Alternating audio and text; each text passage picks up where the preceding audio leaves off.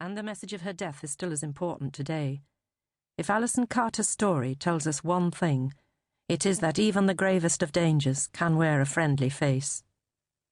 Nothing can bring Alison Carter back, but reminding the world of what happened to her might prevent others coming to harm.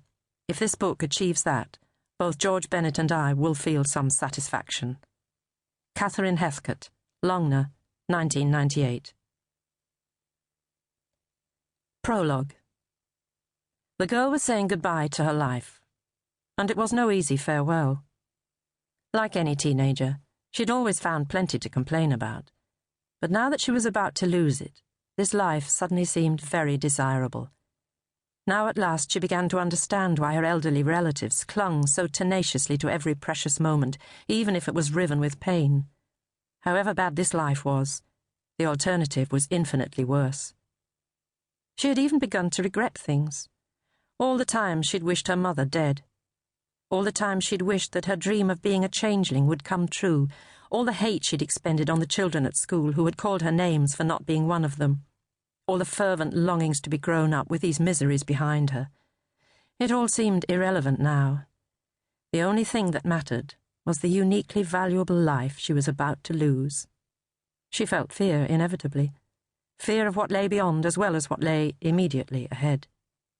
She'd been brought up to believe in heaven, and in its necessary counterweight, hell, the equal and opposite force that held things stable.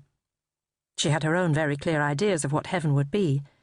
More than she had ever hoped anything in her short life, she hoped that that was what lay in wait for her, so terrifyingly close now. But she was desperately afraid that what she was going to was hell. She wasn't so clear about what hell would consist of. She just knew that, compared to everything she'd hated about her life, it would be worse. And given what she knew, that meant it was going to be very bad indeed.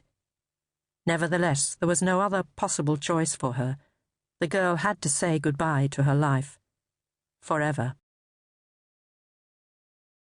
Part 1. The Early Stages. Manchester Evening News, Tuesday, 10th December 1963, page 3. £100 reward in boy hunt. Police continued to hunt for 12-year-old John Kilbride today and hoped that a £100 reward might produce a new lead. For a local managing director has offered £100 to anyone who gives information which leads directly to the discovery of John, who vanished from his home in Small Shore Lane, Ashton-under-Lyne, 18 days ago. Chapter 1. Wednesday, 11th December, 1963, 7:53 p.m. "Help me. You've got to help me." The woman's voice quavered on the edge of tears. The duty constable who had picked up the phone heard a hiccuping gulp, as if the caller was struggling to speak.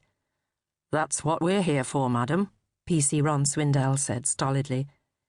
He'd worked in Buxton, man and boy, for the best part of 15 years, and for the last 5, he'd found it hard to shake off a sense that he was reliving the first 10. There was, he reckoned, nothing new under the sun. It was a view that would be irrevocably shattered by the events that were about to unfold around him, but for the moment he was content to trot out the formula that had served him well until now. "What seems to be the problem?" he asked, his rich bass voice gently impersonal. "Alison," the woman gasped. "My Alison's not come home." "Alison's your lass, is she?" PC Swindells asked, his voice deliberately calm, attempting to reassure the woman. "She went straight out with a dog when she came in after school, and she's not come home." The sharp edge of hysteria forced the woman's voice higher. Swindells glanced automatically at the clock. 7 minutes before 8. The woman was right to be worried. The girl must have been out of the house near on 4 hours, and that was no joke at this time of year. "Could she have gone to visit friends on the spur of the moment, like?" he asked, knowing already that would have been her first port of call before she lifted the telephone. "I've knocked every door in the village. She's missing, I'm telling you. Something's happened to my Alison." Now the woman was breaking down, her words choking out in the intervals between sobs. Swindells thought he heard the rumble of another voice in the background. "Village," the woman had said. "Where exactly are you calling from, madam?" he asked. There was the sound of muffled conversation. Then a clear masculine voice came on the line, the unmistakable southern accent brisk with authority. "This is Philip Hawkin from the Manor House in Scarsdale," he said. "I see, sir," Swindell said.